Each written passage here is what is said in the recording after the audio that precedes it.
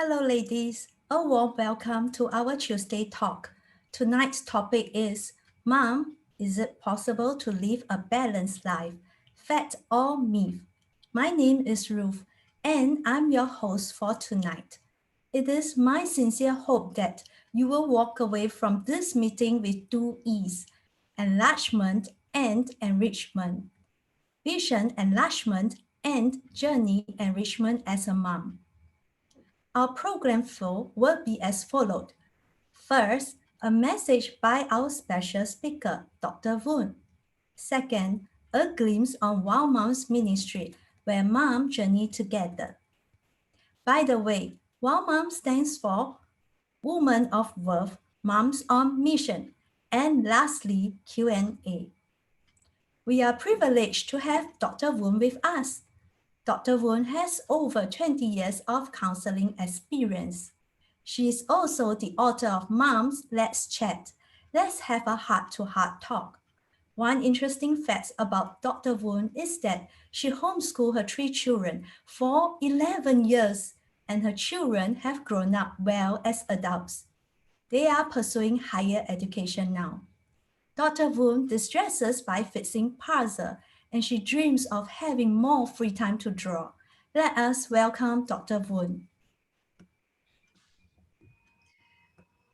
Good evening, ladies. Thank you for signing up this talk for tonight.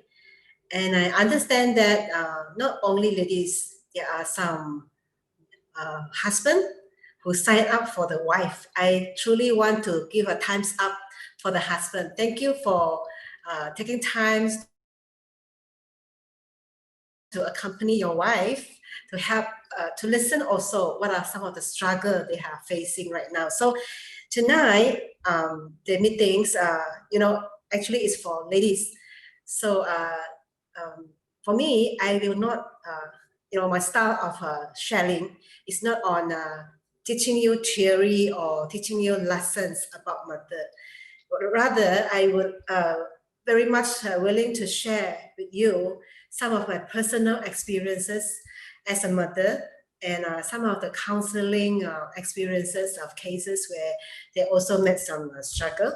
So this is just sit back and relax. This is more on the storytellings, and I know ladies love to listen to story, right? So it's more on this kind of sharing. So I hope you too can enjoy and join together with me tonight. So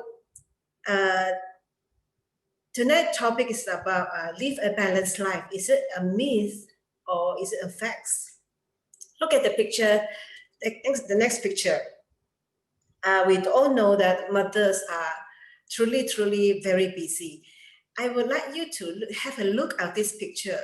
Tell me which picture is represent you. You can use the chat room to show me, is it A or B or C or D? And use one simple word to say why you choose this. Is it because you have no time? And just come show me tell me which picture best represent you right now. You can show in your chat. There's a function there, chat.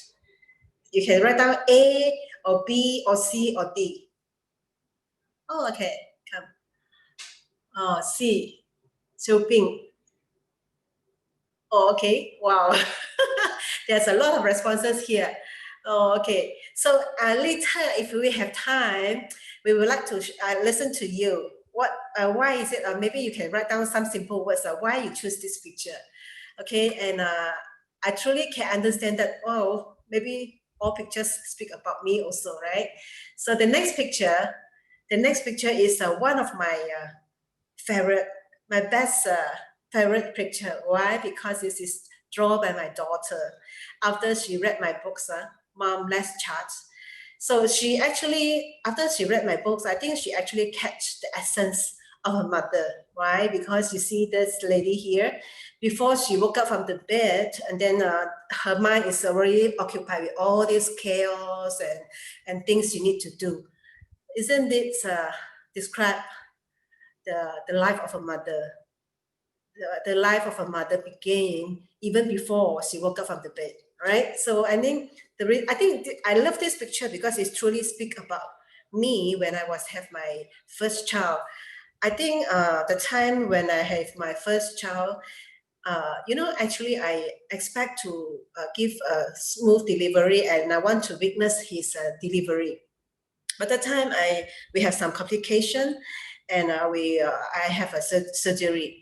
So when I woke up, I was like very frustrated. I keep on asking my husband, "What happened that day? Huh? Tell me what happened," because I feel very regret that I cannot witness my own child during the moments he came up to this world. So I very frustrated, and every day when I woke up, and of course because surgery so I have some complication and pain here and there. So every time when I early in the morning when I woke up, when I think of all these things, my tears just roll off of the cheek. I just don't have the motivation to wake up, to come up of the bed, and because I think of the routine of 6 days, six times or 7 times feeding, and all the diapers, washing, and all this was like, it's too overwhelming. So, and only a few years later, I know that this is called something called postnatal depression. At that time, I didn't know this term, all right? Only a few years later, I know this so-called postnatal depression. But thank God I have a chance to share with some of the mother who come and visit me, and I will share with them and talk it out. And this condition was improved very much even before my confinement time. So yeah, you see, we all went through this. I mean, if not the same, but somehow similar experiences. I do not know about you, right? So, well, I think most mother during the time of this nursing time, there are so many things to be done, right? So it's like cleaning the house, washing dishes, and too busy. Some mother even too busy to remember to brush their teeth during the noon time, or even change their pajamas. So, and at that time, I asked myself the questions: How, how do I truly balance all this through? Do I attend to my husband? Do I attend to the children, or do I? What about myself? What about myself? Okay, who is there to meet my need? These are the questions I ask myself, and you know, the time I was truly easily angered, very easily, very emotional, unstable. And actually, I want to give the best, but actually the time I was went through a very miserable time. So I know that some of the mother you went through the similar experiences. Maybe some of you are still in the midst of it. And then, slowly I discovered the reason we went through all this struggle is because of several reasons. And the first one is maybe our past, okay, our past experiences. Some of you attended the courses like, the understand the family of origin, okay, how family of origin influence our life. And this is the area we need to carefully look into, because it's actually shape who we are today. For me, I came from a big family. I have 6 brothers and 6 sisters. I am the youngest, 13, number 13, right? So my mother passed away when I was 10 years old. So I was from young. I think my father with 13 kids, he is too busy to take care. So we just leave it. I mean, leave us be. So and then during that time when I graduated from my primary school, I wanted to go to the high school. I mean, one of the best high school of my town. So, but my family financial is unable to support me there. But I determined to go there. So finally, I enrolled at school, and against all odds, I was accepted. And because I have this called sponsorship for this financial aids from government or from the school. So after the high school, I went to Taiwan for study. Again, my family are not able to support me for this so-called university and overseas study. So I have to earn my own school fee. All right. So And all these experiences, my past experiences, tell me that I am capable of doing things. All right. So and actually, it forced me to grow and learn many life skills. But actually, inside me, my emotional is very fragile because I was forced to learn life skill, but nobody had teach me how to handle my emotion inside, handle some of the hurt or some of the challenges in life. All I learn is I just ignore it or I bury it. So that's why when I come to this season of need to nursing of my children, I find that I actually very dry inside. I do not know how to entertain them, how to give them, how to love them, because inside me, I myself is emotionally very unstable and very fragile, right? So, yeah, this is one of the factors that past experiences may actually influence us of all the struggle that we are facing right now. Secondly, is the unreasonable expectation, right? Unreasonable expectation. Another factors is this so-called unreasonable expectation, all right? So in real life, there are pressures of expectations from everywhere. Okay, so like people's expectation of us, our expectation of ourselves, and our assumptions of what God expect me to be. Right? Many first-time mother expect to have positive experience of motherhood. So thinking that they will be a super mom, but however, when they find themselves faced with the reality and struggles of raising children, they are really struggle. Okay, so for me, I really confront this unreasonable expectation myself. Because just now I say that no, I have many lives, I learned many life skills. I think I am independent, and since I am able to settle all the things in my workplace, it's perfectly okay for me to handle these children or play well in my so-called this role as a mother. Okay, but instead I really after I become a mother, I really crumble with the pressures of working as a counselor and all the housework and the demand of my children and demand of my husband. So I was truly explode with frustrations. Okay, so I because I have an unreasonable expectation of myself as a wife and as a mother. Okay, so and had a secret drive to perform well, to gain approval from people outside.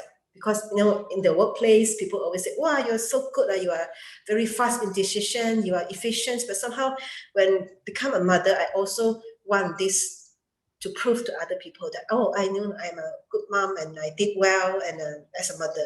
So and then this unreasonable expectation really crumpled me because I found that I truly cannot truly do well, right? So uh, how about you? Do you have this unreasonable expectation of yourself? Because Malaysia and Singapore, even though it's just a river, cross the river, but somehow, I mean, the challenges of Singapore, Mama, I think is more, even more challenges. Okay. Malaysia, yeah, okay, catching up. Yeah, we have a lot of expectations and you know demands from this outside. Okay, so number three, besides just now I talk about the past experiences and unreasonable expectations. Number three, contributing to this frustration and confusion is the twisted mindset. So just now I say I am a very independent person, right? So and I actually adopt the worldview of I never ask anyone for help for things that I can do because from young I actually think that no one will come to help me because from young I need to handle everything myself. So I learned to just settle everything myself. So I also number one I think I will not ask for help because people will not interested of what I'm doing. So this is the the lies and twisted mindset in me. One time when I attended a seminar called the team building seminar. So, and a question was asked, who are the people you look to when you encounter problems? Okay, so when I want to answer these questions, I cannot come up with a name. I do not know who. I never ask people for help. Okay, so during that time and then even until the next day, I cannot think of a name that I can ask for help. So I was puzzled. I was really, wow, shocked for these facts in my life. So when I talked to the coach, I say I truly cannot think of a person's name. So this coach tell me that, well, maybe you really need to let go this mindset of independence, or you don't need to bother anyone. So I mean, this is a twisted mindset I have, that nobody will interested about my affairs. So that's why when I struggle as a mother, I don't think that So I think that time I'm the only one who struggle in the house. So and nobody will help me. I need to handle myself. So I mean, this twisted mindset contribute to the struggle in me. That wow, it is so difficult to live a balanced life, right? So why do I bring up this? Beside all these factors just now I said about the past issue and the family unreasonable expectation and distant mindset. So one of the another beside all these factors, there are another factors most mother face is the thing called mom's guilt. Mom's guilt. Okay, so a survey was done by a Focus for Family about this topic on 800 mothers of various ages. They found out that 4 in 5 mothers experience guilt, right? So 70% care what their family and friends think, how they perform as a mother, and half of them compares themselves with others' mothers. Okay, so this is the feelings of guilt, of doubt, anxiety, and uncertainty experienced by mothers who worry that they are falling short of expectation. Okay, so a senior counselor says, one reason could be that women are taking more roles nowadays, right? So which stretches them to these high places of expectation, right? So many have demanding career, also give cares to their parents, or caregivers to their parents, or some are pursuing this further education. So these are all the demands that contribute to this so-called guilt, because they think they cannot fulfill or accomplish things that want to be, all right? In 2017, a report by Time magazine saying that the reasons many moms feel guilt and shame is that they have internalized this goddess myth. What is a goddess myth? Is a vision for a perfect motherhood, okay, from the people around them. So this is the reason why many mothers feel guilt, because they think they cannot be a perfect mother, right? So this is the myth that they have absorbed and internalized, right? So why do I bring up all these stories and all these surveys? How are they related to a balanced life? So there are several reasons why people strive for a balanced life. The next slide are telling us that some believe that a balanced life, well, I believe that if I live a balanced life, I'm more efficient, right? If I live a balanced life, I will not face any criticism, okay? If I live a balanced life, I will be content, I will have a contentment, or I have happiness. This is the things they think, all right? So actually, all these are behind, there is some assumption. What is the assumption? The goal, okay? Is that if I live a balanced life, if it is more practical, it is a functional life, it's more functional. Or if I live a balanced life, I will not receive criticism, because this will help me to maintain my self-esteem, maintain my self-image. People will not criticize me, right? So another one is, if I live a balanced life, I may have contentment or I may have happiness, but all these are based on their own expectations. Okay, so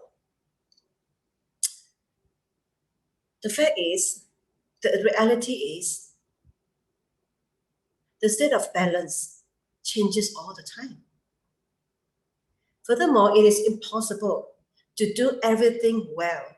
Even if we manage to achieve a balance in our lives, we will have to live under constant pressure to maintain balance.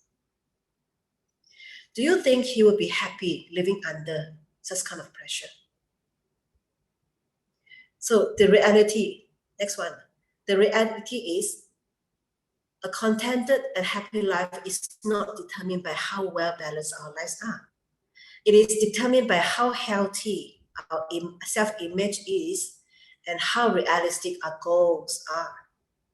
Whether we are investing ourselves in the things that most important to us in our life. A survey was what conducted among the terminally ill patients. That means the end-stage patients, regarding their last and dearest wishes. What is their wishes? Okay, so the top five observed wishes are not concerning their possessions or their accomplishment. Rather, it is about rebuilding, repairing, or re-establish of relationship with their loved ones. Again, the top five wishes of a end-stage patient is not about possessions or achievement. It's about how they can, if they can, they want to rebuild, repair, or re-establish the relationship with their loved one. So consider the values we have just discussed. Okay, what would you say is the top priority in your life? Regardless of what priorities may be, we can expect to receive criticism as we devote time and efforts towards them. Because, no matter what they will decide, there will be criticism. Without a healthy self-image, we can be easily defeated and distracted from our goals. Okay, but with a healthy self-image, we will be able to find the courage to carry on in spite of the criticism and obstacles. Okay, so this is what my focus here for tonight, right? How can we as a person, we grow as a person in these seasons of motherhood, rather than achieve a balanced life or do everything well and become a perfect mother, right? It is impossible. But the focus here is, how can we grow as a person and focus what is most important in our life? And then this brings to my next point: how do we make constructive steps, okay, so we can grow as a person? Okay, so the first one is, you need to find your purpose. Okay, so have you asked yourself as a mother, what is my purpose? Okay, do you give birth to a child just to for the sake of raising up them to be an adult, or is that all you need to do? What about yourself? Do you have a purpose for yourself? Okay, so during the season of being a mother, I was boxed in the world of me, myself, and God. So I keep asking myself what I really want, and I also keep asking God, what what do you really want me to do during this season? Because I for me, if I do successful, but why do you put me here with this child who do not know how to how to uh, how to communicate with adults? Okay? So I was very frustrated. But during the time I was struggle, and actually God said to me, "I want you." God said, "I love you, my child. You don't have to be a perfect mother. You don't have to be a perfect counselor, or you're a capable wife with a spotless house. All I want is you. So I actually realized that this season of my motherhood was a time that God set aside for me to learn to be still before Him and to give myself room to grow. It is a learning process that I know I will last for a lifetime. I used to be able to complete many tasks efficiently, but I discovered the pressure I endure would often manifested to my behavior. Okay, so for example, before I homeschool my child, I sent my son to the primary school. Okay, so the school is actually quite a small school, and in front, the gate is a one-way street. Okay, in normal days, if it is not school time, in normal days there will be two ways, but during school time there will be one way because too many cars. But so usually when I go to fetch my son, it's really going to Battlefield. Well, go to school fetch a child. Huh? So that time I have three of them. My eldest one is primary one. So one time I bring along my two younger one and my mother-in-law to fetch my son. Usually I tell my son, after you're at school, you need to stand in the gate. So when I pass by, you saw me, you quickly came out. So this is how we arranged, right? So, but one time when I went in, I didn't see him. I was like, no.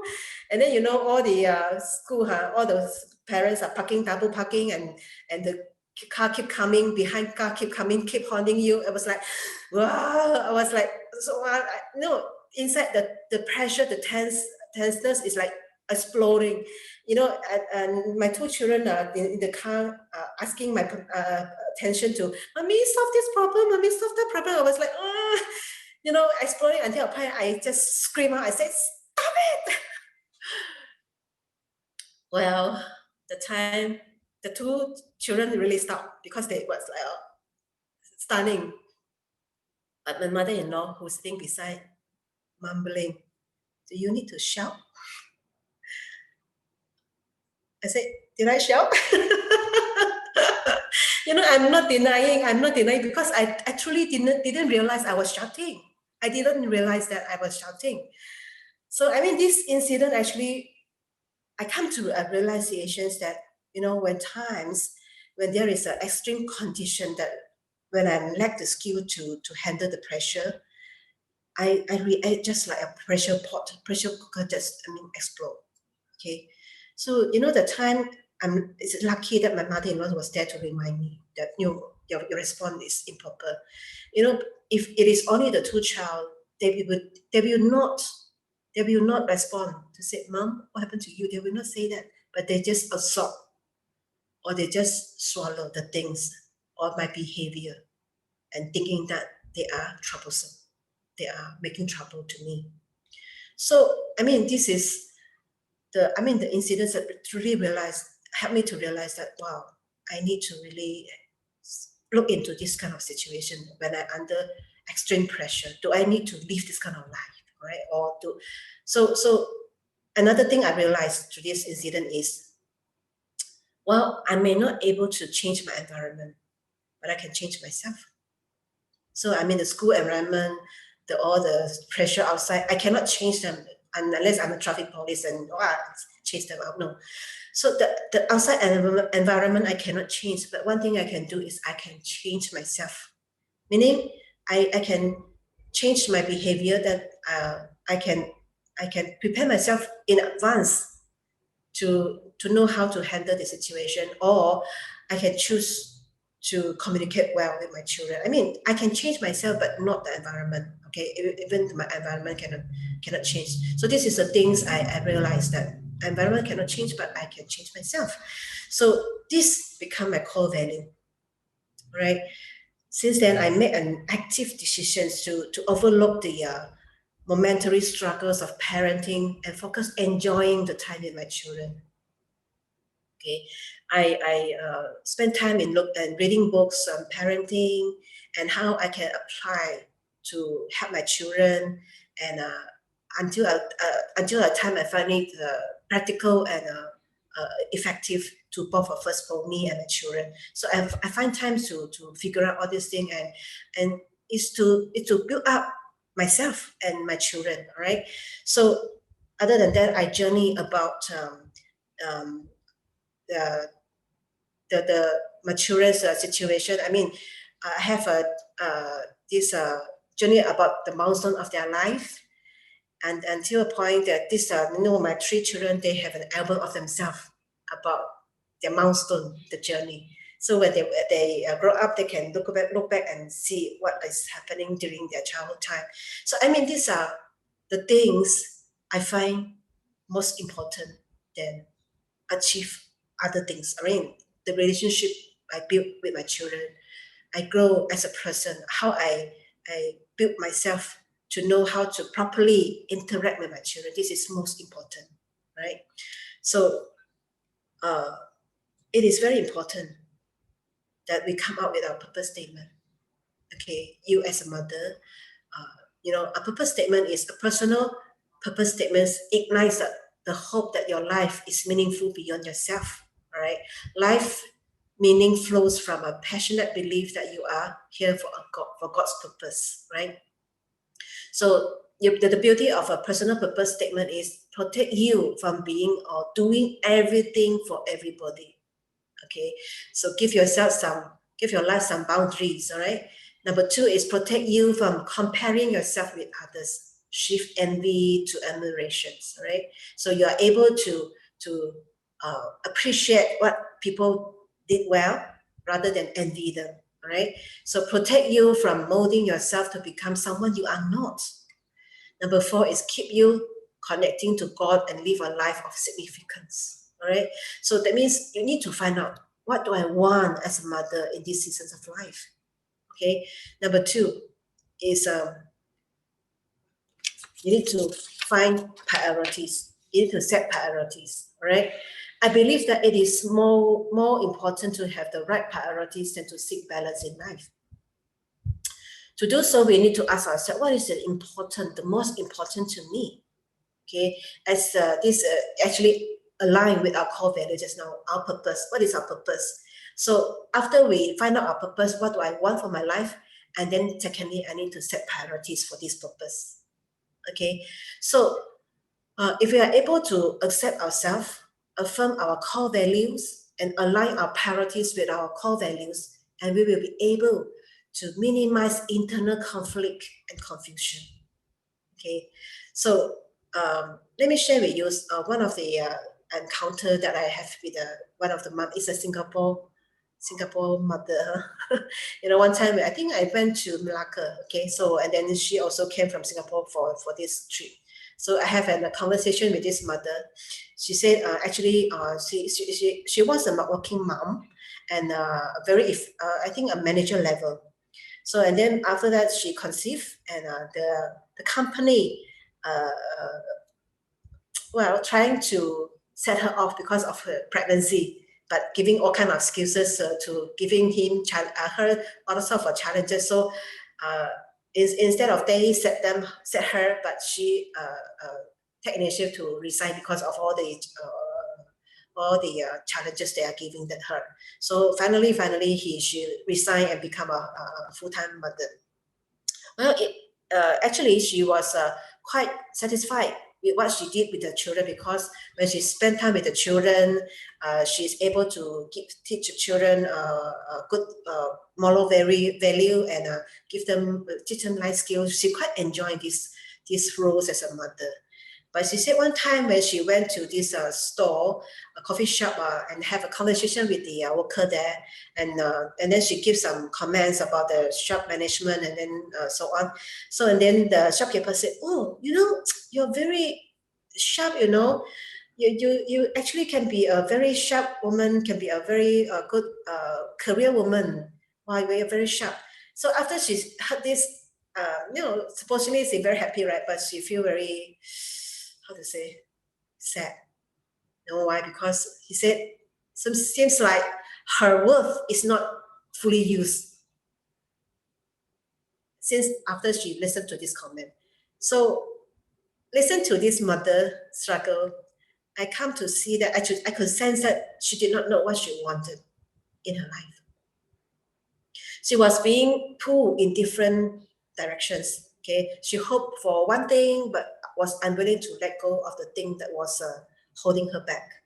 Okay, please don't take me wrong. I'm not saying that full-time mother is better or working mother is better. No, I'm using this example is telling you that this mother actually struggle inside of wanting this and wanting that and not knowing what she want in her life. Okay, so that's why she faced a lot of struggle in her life, right? So what about you? What about you? Okay, are you facing a similar struggle? Okay, so if yes, I think you really need to quiet down yourself and truly figure out and prioritize what is truly important in your life and what is aligned with the purpose of your life. Okay, so I think this COVID-19 pandemic really teach me. I do not know about you. Teach me a lessons, truly a lessons. What is truly important? Okay, I just finished my doctorate study, and supposedly I'm going for my graduation on July in US. But because of the COVID-19, it's all cancelled, and they say maybe postpone next year. But I think next year couldn't be also. I mean, during this situation. So for me, like study so hard, and then okay, those graduation cancel off. Why? But you know what? Even without the graduation, lives go on. Okay, some people they dream of a grand wedding that all the relatives, all the friends will come. But during this COVID-19, they cannot. They can just have maybe a very simple ceremony. So, sometimes we want to have, in our lives, we want to go for this meeting, go for that meeting, go for this week service, go for that, go for this and go for that, in order that we maintain this reputation or maintain this people network. But no, in COVID-19, nothing we can do, nothing. So what if we don't have all these things? So what if we don't have all these things? Sometimes, similarly, as parents, we think I need to send my children for this. I need to send my children for that. I need to make my children learn this skill and that skill. So what if they don't have this? So what? Just now, Ruth did share that I homeschool my children. Yeah, initially we listen to advice that homeschool children, they need to have this. They as at home they cannot have this community, no friends. So you need to send them to this and to that. Initially we a bit kanchong a bit do not know what to expect. So we listen and then we send them to this and this. But finally we feel so tired. We feel so tired for both parents and children. So finally we just go for what is essential. We just go for what is important. We just go for our priorities rather than give them everything. Okay. So now that my children have grown up, I ask them, what is the best memory of your childhood during your homeschool time? Well, I asked them, do you have a good memory of your, we did send them to this gymnastic, send them to swimming and send them to robotic and all this. I thought they would say, oh, robotic, very amazing, because one of my son went to Singapore for a competition. He get the champion. Well, I was surprised and happy. I thought he would say that, but no, they didn't say that. What they say is, what I treasure the most is the family time that we spend together as a family. And until now, they are in their grown-up year.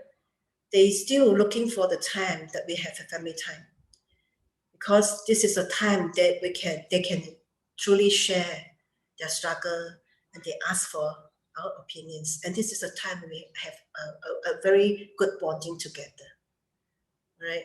So set your priority. What is most important to you? Number 3, set healthy boundaries. That means after you have your purpose, after you set your priorities, in order to protect that, you must set your boundary. Okay, so build a lifestyle based on your purpose statement. Okay, refocus your life, set schedule and boundaries for what is most important to you at different seasons of your life, and live intentionally. For me, I truly built on this because for me, family is most important to me. So beside ministering to my own family, I also minister to families, okay, other families, because my purpose statement is I want to build a family one in oneness that reflect God's glory. Okay, and I also want to build other families to do likewise. Meaning they will build up. For me, most important is I build up husband and wife relationship and parents and children relationship. This itself to me is a ministry, because when people see that, wow, what happened to your family? Why are you so loving? And what happened to that family? All this divorce family, all the record of divorce, but why is it your family so different? This itself is a ministry for me. Okay, that means when you live your life intentionally, build up the husband and wife relationship, build up the parents and children relationship, the oneness in the family itself is a ministry that is blessing to other people. So I live intentionally, meaning I'm not only focused on building up my family, I also focus on building up other families. That's why for past 20 years, with me and my husband, we are doing the premarital counseling, because we want to build up families that reflect God's glory. That's why we focus on that. We build that intentionally, right? So we have many speaking engagement. People will come and I'm not saying that I'm very famous, but somehow there are invitations of can you speak on this topic? Can you speak on that topic? For me, I will set boundaries. Okay, I only pick topics about families, evangelism, and so-called.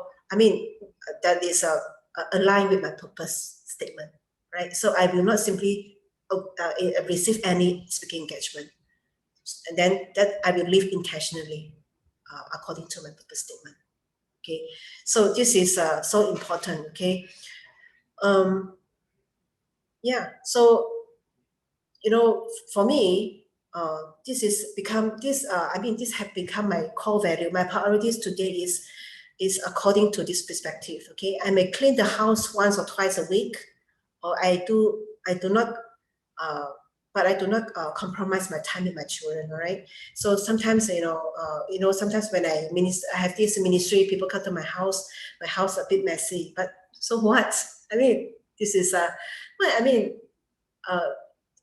what is important is I have time to minister to people. I do not need to maintain a perfect house, but somehow it's clean enough for me to attend to people, right? So this become my priority in my life, all right? So there are so many things you need to do. I can go for this club and then learn baking skill, learn this and learn that, but somehow I rather spend time to read some books about families, about counseling, how I can minister to people. This is my focus. This is my boundaries in my life, right?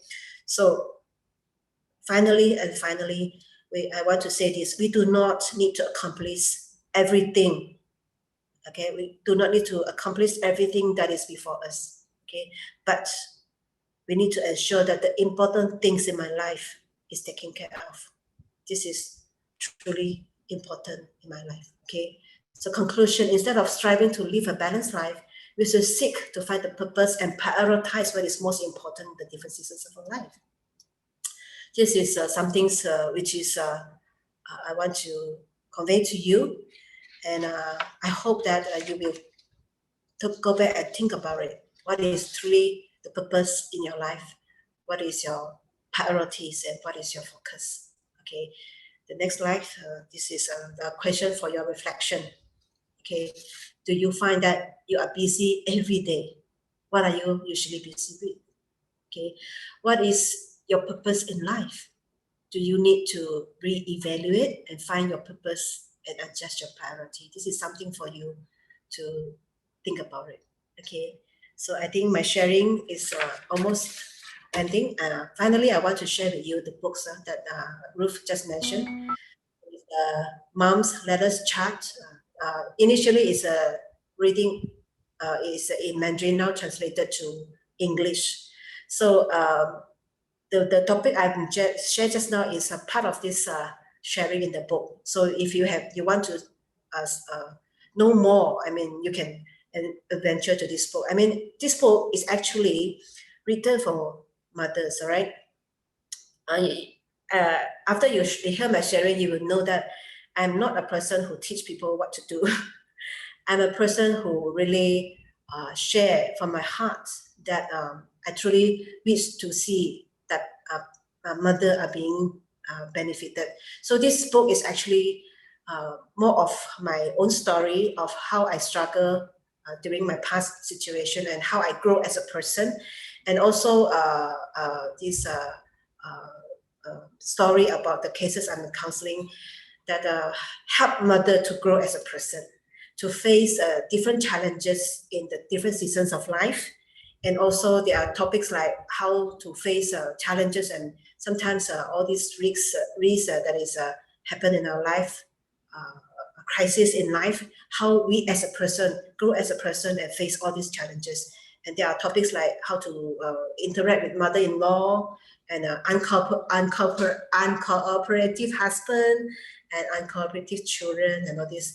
And bear in mind that this is not a teaching, but share from my own experiences how we can grow as a person to handle all this issue. And the most important issue is we want the mother who read this book to find the value, the significance as a mother in different seasons. This is the purpose of this book. In fact, this book, this Chinese version already in my 5th print, 5,000 book, now translated to English, and this mass media, Judy will let you know how to access this book. And I hope this book will truly beneficial to you. Okay, if you after you buy this book, you can access to Facebook and talk to me personally. Facebook, you only need to type to this the name of this book, Mom Let's Chat. Or if you are Chinese, you write Mama 我们来谈谈. So you will go to the Facebook and connect with me. If you have any comment or any suggestions or any questions you need to ask or anything you want to share, you can go to the Facebook page and interact with us. That's all for my sharing. I hope you benefited from this sharing. Thank you for your attention.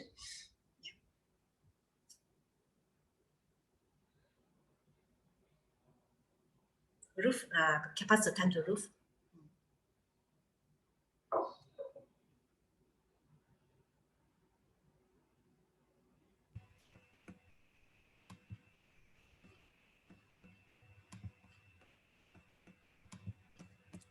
Thank you, Dr. Woon, for sharing with us the need to come up with our purpose statement, to set priority rather than seek balance in life, and lastly, to set boundary in terms of our schedule. Dr. Woon will be answering our questions shortly. You can key in your question in the Q&A chat. Here are some of our announcements.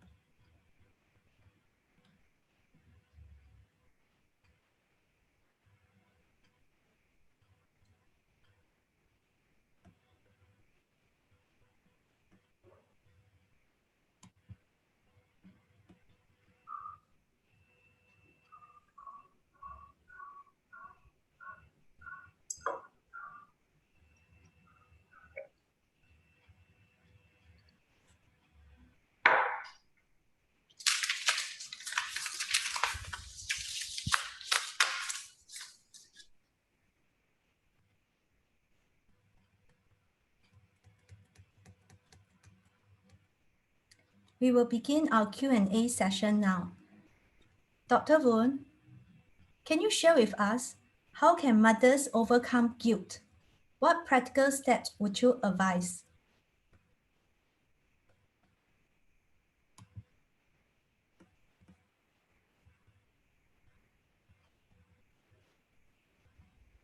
Okay. um, for me, I think the reason we have guilt that just now I have shared that maybe due to unreasonable expectations, and sometimes maybe it's because we have these past experiences. So it is very crucial that we need to uh, have a proper expectations of what is ahead of us, right? Set proper expectations, and one of the most effective way I think is to re-establish our relationship with God. I think this is crucial. You know why? Because only when we see ourselves in God's perspective, we are able to accept who I am.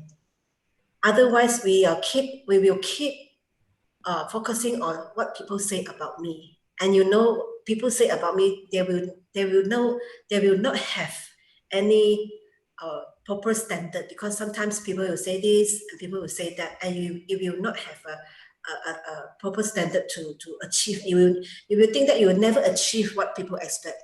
But when you go back to God and see what is God expect of me as a person, and for me, I went through the experience of when I uh, uh,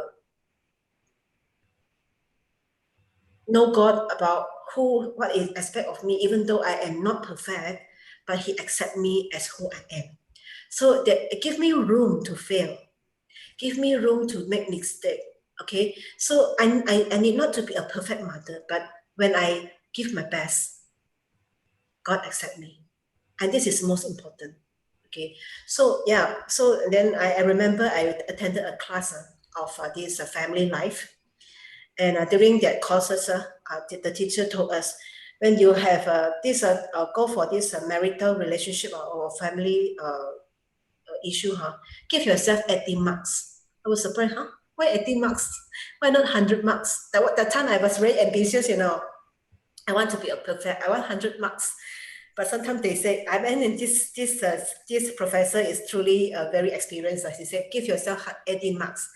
So at the time I was just married, no children. I was like, why 80 marks? But now I know 80 marks. No 100 marks, no such thing as 100 marks. So when you have this proper perspective of yourself, of what is ahead of you, then you will not have this always struggle in these guilt feelings, right? So this is a simple, because of time factor, this is a simple answer to this. So I think if you read the books, you will find more about this, how to find how to have a proper perspective of how to face the challenges ahead of you without feeling all this guilt and condemning yourself, beating yourself. Okay, yeah. Yeah, I think you mentioned about managing our expectation, right? Unrealistic expectation. When you were sharing about how the children's schedule was like pulling your everywhere, you know, I recall my schedule as well when my kids were younger. And indeed, even in the schedule, you can see that there is a lot of fear of missing out Mm. that contribute to unrealistic expectation. Yeah, Yeah. so one of the principles that are adopted for my family um, was that we will only give our children one enrichment class so that we will not spend our weekend ferrying them here and there and we wait and park everywhere. Yeah, so all my girls, my three girls, they just have one enrichment and that is at home, piano. Oh, wow. Wow. This is good. I mean, this is truly, you know what your family wants. Yeah, this is very good sharing. Thank you, Ruth. Yeah. It's also kinder on my wallet. But really, I want to protect the family time. All right, let's move on to the next question. You mentioned that to manage pressure, one of the ways is to change ourselves, right? So you have elaborate earlier on seeing ourselves from how God see us. Can you elaborate a bit more how we can change ourselves? Mm, how we can change ourselves? I think in my books, I have a lot of story which I cannot share here one by one, but I think I share one of it. I mean, changing myself is I truly look into my inner being, meaning when I discover that some of the behavior repeated in my life, I will ask why. Why is it repeated in my life? Can I give one example? I like to tell story, so may not answer immediately, but my story sometimes maybe help you to reflect. One of the story is I always tell this story because I know from young. No, I my husband that time was my boyfriend, or so-called boyfriend.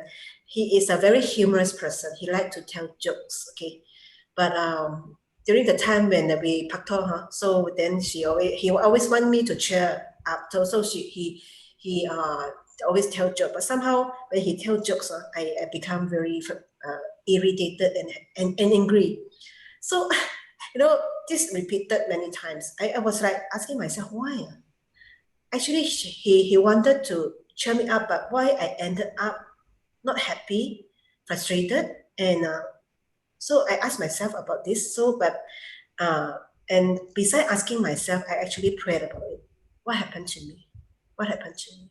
Actually, during the process, actually God bring me back to my childhood memory that the reason why I don't like people joke about this issue is, the time when I was young, we have 30 siblings, so my two eldest brothers, when we were young, we don't have toys. So these brothers are, we um uh there's one time my elder sister working hard bring us back a toys we were very very treasures. Okay, but the two elder brothers, the way they play toy is they just throw the toys and pull the head, and we were so sad and screaming away and say why, and then and shouting at them. So my brother would tell me, I am just playing with you, I am joking, why are you so upset? You are so, Chinese are 很小气啊你. I was like, this incident is actually uh, making me that I don't like people to joke with me. So and especially I don't like people to say I am very 小气就是 very how to say, very what is the English word? Petty. Huh? Petty. Petty, yeah. So I don't like people say about that. So to answer this question, how to change myself is when I find this repeated behavior in my life, I started to ask questions. What happened to me? So I pray about it, and I let God bring me back to this issue and let God heal my emotion. And because of this, I'm able to forgive my brother, and now that my husband enjoying joking with me. So you know why? Because actually I changed my inner being. So that means be careful. I mean, pay attention. Pay attention to your behavior. Something that is repeated in your life, pay attention to it. Ask yourself why. And if God tell you about something, do something about it. Make some practical steps to work out some practical steps to enable God to heal the inner parts of yours. So this is what I mean by changing yourself. It's not behavior, but the inner being. Yeah. Okay. All right. And I have this question here.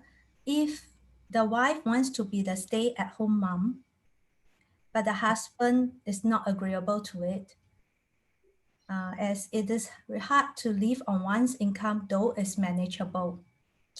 Husband just does not want to bear the whole load of bringing in the bacon, the pressure. How to negotiate with the husband? After the kids are in primary school, they still cannot come to an agreement. You mean until primary school, huh? Okay. Yeah, the kids are now in primary school. The wife would like to stay at home to be there for them, but does not get the blessing from the husband. So, how do you suggest they can negotiate? Um, because the husband is not here, so I cannot change the husband. But I think for wife, uh, usually about the financial issue, huh? There is I have this one of the time when my mother asked me about the same issue about financial stability of the family, and the husband. Uh, uh, we don't talk about homeschooling first. Talk about stay-at-home mother first. This mother who want to stay at home, but the husband not agree. So but she decided to stay, and then and the husband kept asking her to go back to work. So she asked me how. So what my advice to her is, um, assure your husband that you are enough.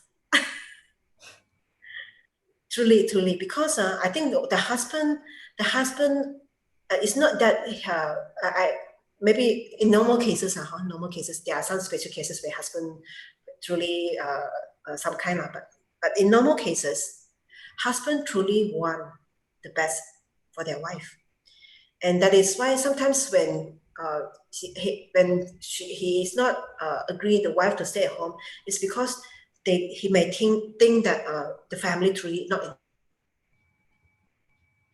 enough, and he don't want the wife to suffer. This is my assumption now, generally, okay? So I tell the wife, if you live away and telling your husband, I am enough, he will be relaxed a bit. This is the first thing. That means he will not very tense and want to earn a lot for the family and very pressure about this condition.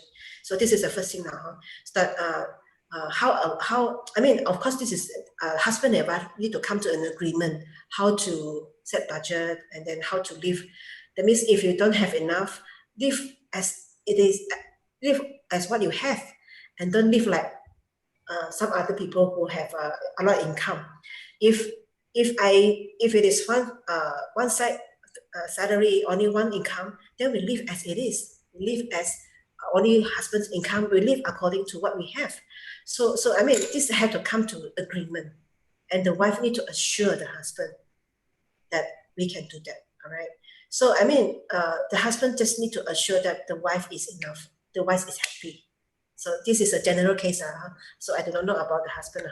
So about homeschooling is the same. For me, homeschooling is not about just teaching the children academic. Okay, teach them to be to read books and all this and success or achieve very successfully. This is not my goal as when I do my homeschooling. For me to do homeschooling is to build children's character, is to build their interpersonal relationship, their character, their interest of study. So that means when I homeschool my children, I'm not giving them academic only. I will help them to adapt to a family life that they need to have do the house chores and help out with the family and interact with family time and all this. So this have to be the participants of husband, meaning wife cannot do alone. Okay, is what I mean is husband. Uh, we always tell the husband is the leader of the family. So if the husband able to come along and support you as a wife to do the homeschooling, and that will be, I mean, it's very it's a more ideal situation, because if only wife, uh, the husband only work outside, and then there will be a lot of struggle and disagreement. So for me, I will suggest that husband and wife need to come to term to agreement that both of them are involved in this homeschool process of bringing up the children of their character, their well-being, their inner beings, rather than just academic. So for me, homeschooling is not about academic. Yeah, I don't know whether I answered the questions. If not, then you can ask further. Yeah. Yeah, I really like the part when you mentioned that the previous question on the finance one, right? To assure the husband that he is enough. Yeah, perhaps they can also try out for the few months before the wife really quit her job to just live on one's income and make adjustment. In fact, that was what we did for my family. And we made that adjustment and then we see that it is possible. And also one of the sacrifices so-called that the decision that we made is not to go for a holiday every year.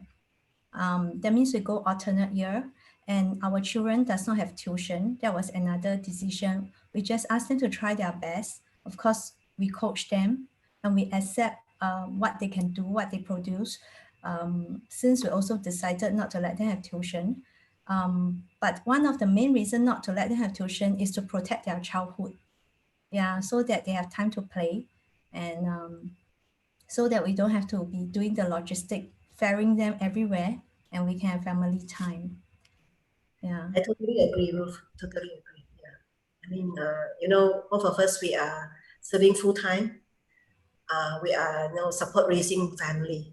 That means our salary is depends on support raising. So, I mean, finance is well, is an issue, but it's never a concern and worry because we know that we live by our means.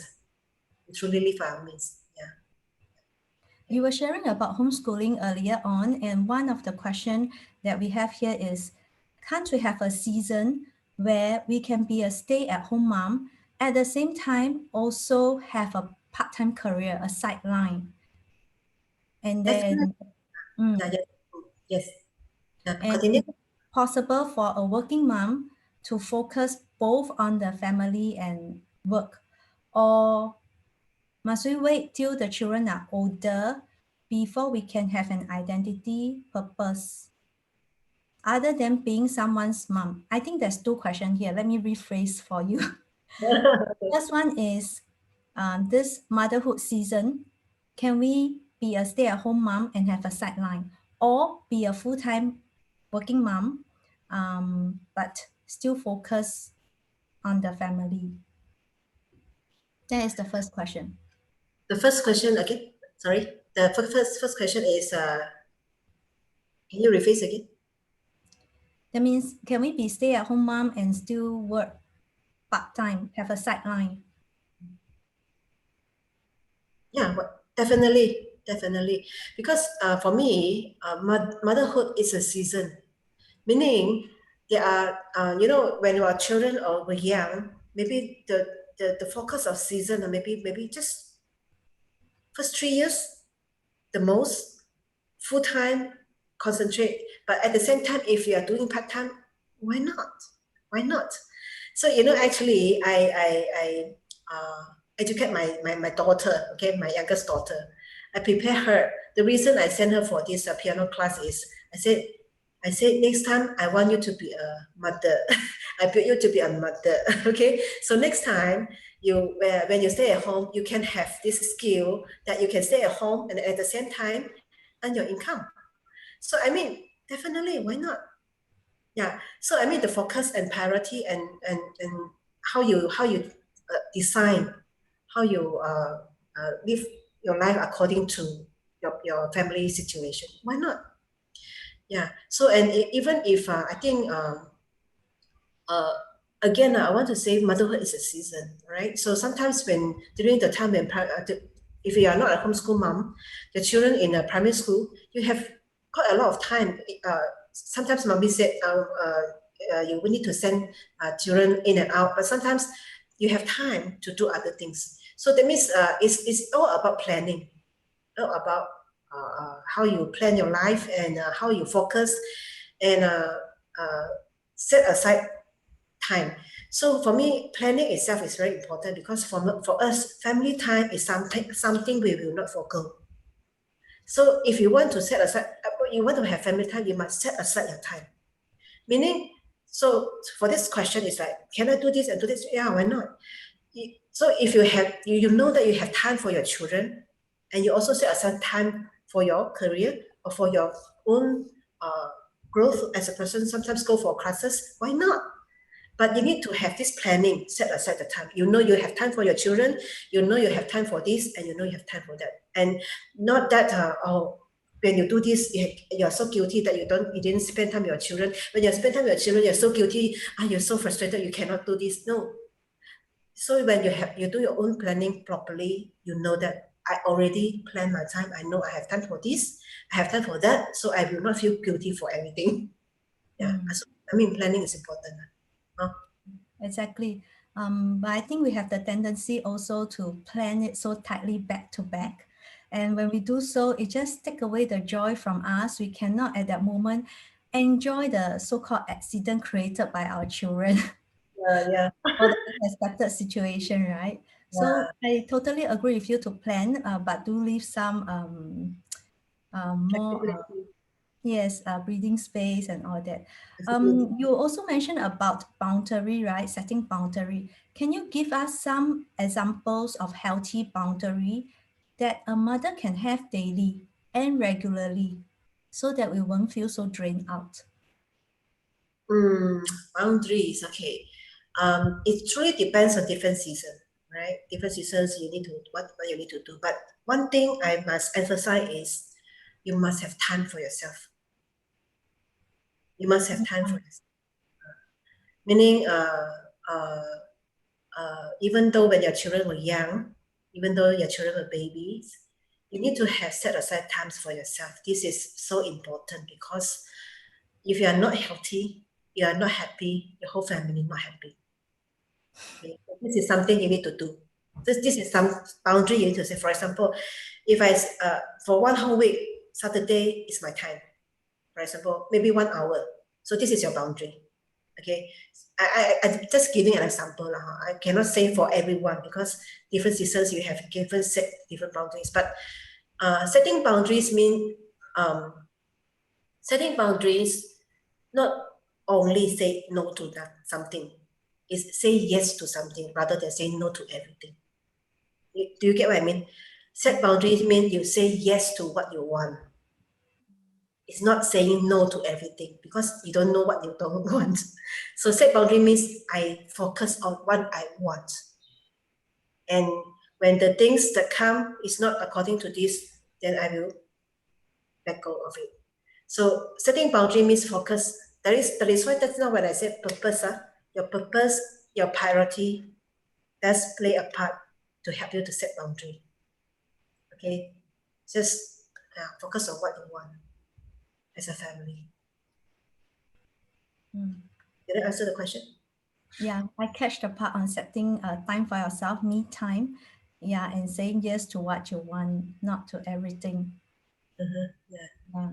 Okay, thank you. Okay, and we have one participant asking, what is your advice for couples who have different parenting style? Example, one wants to set boundary, the others prefer free and easy. Oh, okay. This is very challenging, Okay. I think for me, whenever I do counseling, uh, we will mention one word called oneness. Oneness means you need to let go. What is the Bible said uh, when we become husband and wife, this leave the family, leave the parents, and become one, right? So what do I mean by oneness? Oneness means you actually you have something which is very good from your family of origin. The husband have something very good from the family. The wife has something very good from the family, and also not good things. So when you come together, you must have something for your family that is two of you agreeable, and this will achieve the oneness. Meaning, when I have something very good of my family, I think this is very good, this is very good. So when I forcefully want to bring to this family that that affect the relationship with a husband, I will say I will let go this. I prefer to let go this in order to achieve oneness in the family. By saying so, I'm not saying that everything listen to him. No, you need to uh, build up the relationship with communication. That means until a point, sometimes you need to give and take, give and take. Not saying I'm not insisting that this is good. I need to do this and this one, not two. I want one, no number two. Okay, so when you do this, you actually destroy the relationship. No place for communication, no place for flexibility, no place for adjustment. So when you say I am very disciplined and my husband not, well, we come to a mutual ground. Okay, so what is acceptable to both of you in the family? So when my husband let go a bit until this point, okay, we can adjust, we can accept. So it's not until a point exactly what I want, but come to a mutual point that two of us agree, two of us accept as a family. I believe your husband also, he also like the way the other party do, but may not accept fully lah. I mean, but somehow when two of you agree in something and do and work on it, I think oneness is most important. That you communicate until a point you're not insisting what you want to do. Okay, so build your family culture. Yeah, I keep hearing you say communicate. I think that is the key, right? Yeah. Yeah, and building something like taking on a new family identity. Mm-hmm. Yeah. Yeah, actually in my book, there is a chapter talking about uncooperative husband. I think that we will have helpful, helpful to this question because actually we think that our husband is not cooperative because we have our own expectations sometimes. So, but how do we, when my husband doesn't change, how do I talk to God about it and see changes in me and in my husband's life rather than I want him to change the behavior? Okay, it's a change of persons, not the behavior. So if you insist on the behavior, I want you to change this, no, it will not see. But if you build up this person, that slowly build up this person to some certain degree. For example, I'll give an example because when I say this is like very absolute, very abstract. For example, in my book, I also talk about one example that the wife want the husband to change the light bulb, and the husband never change the light bulb. Okay, but when the neighbors light bulb off, he will the number one who go to change the light bulb for the neighbor, and the neighbor will say, "Wow, your husband very good. You know, you are so lucky to have this husband. Why? Because when he do that, the neighbor always praise him. But when he do for you, you say only now you do it, huh? You know what I mean? So I mean, when you insist of wanting your husband to do something, the way you communicate, the way you treat him is very important. How you build him as a person to do something, contribute to the family. All right. So it's a very it's a skill that we need to learn how to build up a husband to be someone that truly leaders of the family.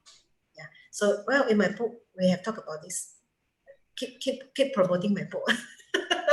Because I think because of time factor, I cannot say so many examples. I mean, for me, I'm not a person who directly answer your questions, but I think real life examples will help us to realize what is happening. For me, I like to tell stories, so maybe it take more time to answer questions using story. Yeah. We also like to ask question, which is I think is the trademark of being a counselor, leading us to discover our inner thoughts, right? Yeah. When you were sharing about communicating, right? Building up our husband, all that, right? I think as mothers, we are more mindful about building our children than building up our husband. And this quotation just come to my mind. that it is it goes along something like it is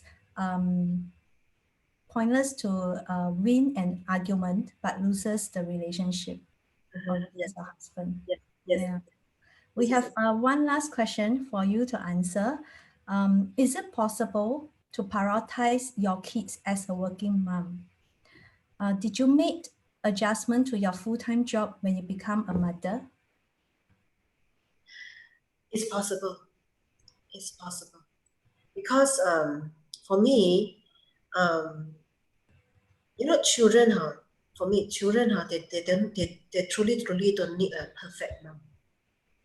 But when they when they sense that the mom uh, spend time with them or intentionally do something with them, they will be very happy. Okay, so for me, spending time with children is not necessary every day, how many hours, but if it's possible, you can do it.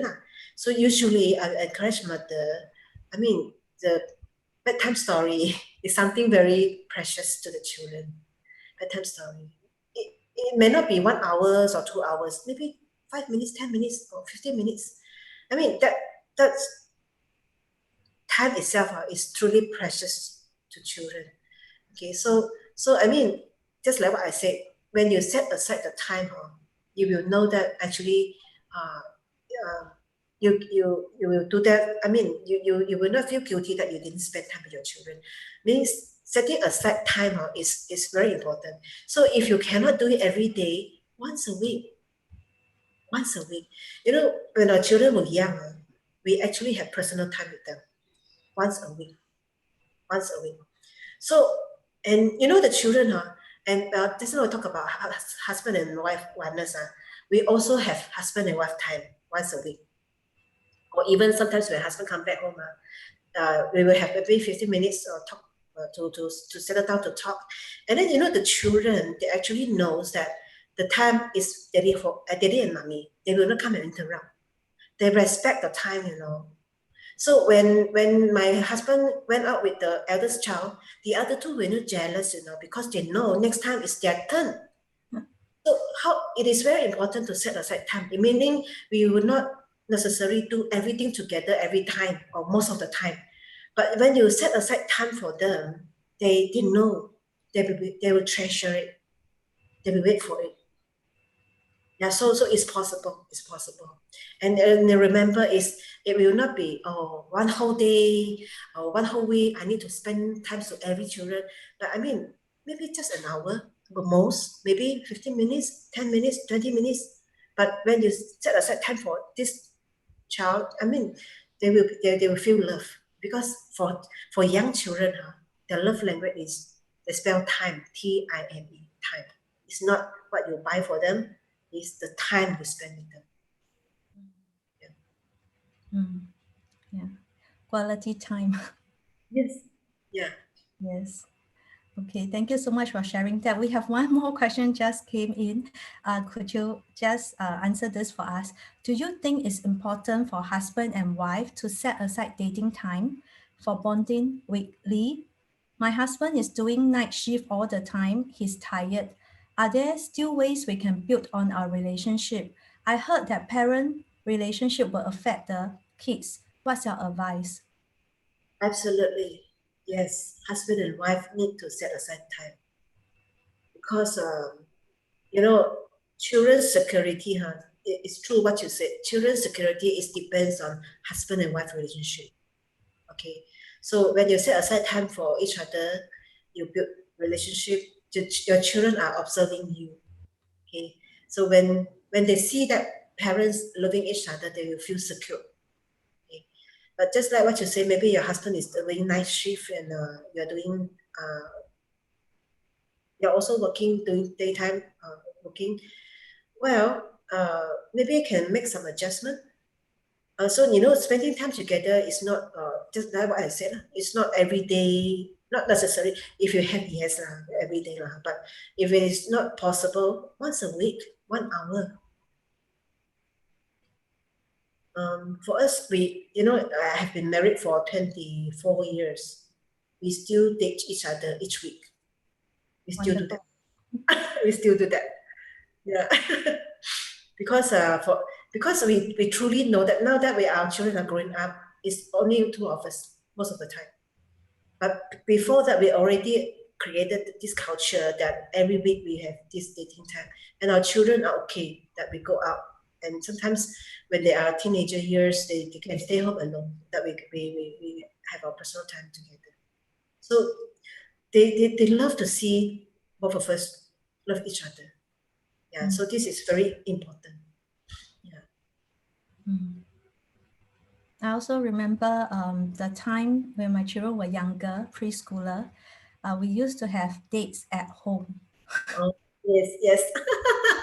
Yeah, because you cannot go out, right? Yeah, we prepare the red wine and then the steak and then watch a movie, but everything is done at home. We did that also. Yeah, Because when the children were young, we don't have anybody to take care for us. We don't yeah, have the luxury. So yeah. we have a dating in one corner. So doing exactly like doing drinking one small cup of wine and then some tidbits and we talk.